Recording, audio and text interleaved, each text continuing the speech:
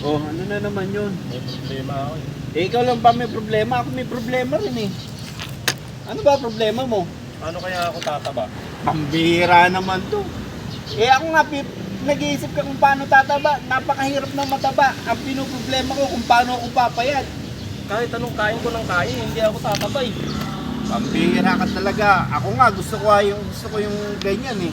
Napakasarap ng problema mo. Ako yung pinoproblema ko, yung katabaan eh. Bakit? Ano naman ang problema niyong dalawa? Eh ito eh.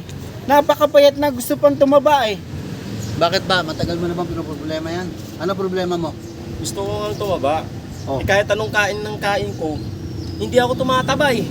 Ano ang problema mo?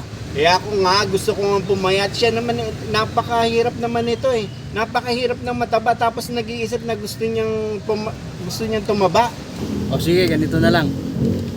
Total naman eh, ang tao talaga, kanya-kanya ng problema yan eh.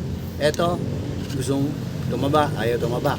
Ikaw naman, gusto mong pumayat, ayaw kang pumayat. Paig ba kayo ng mag-swap? Mag-swap. Paano magsuswap?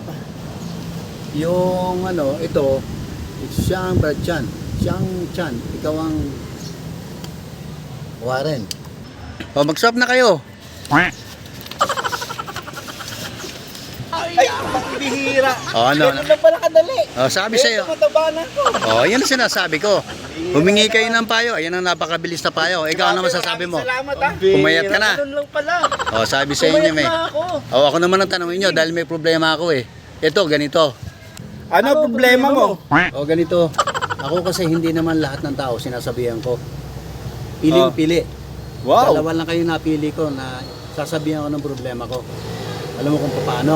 Paano? Lumayos kayo sa harap kong pareho dahil nakukonsume ko. Kung hindi dahil sa inyo, wala akong problema. Kung sinasya kayo dyan, Ano pala problema?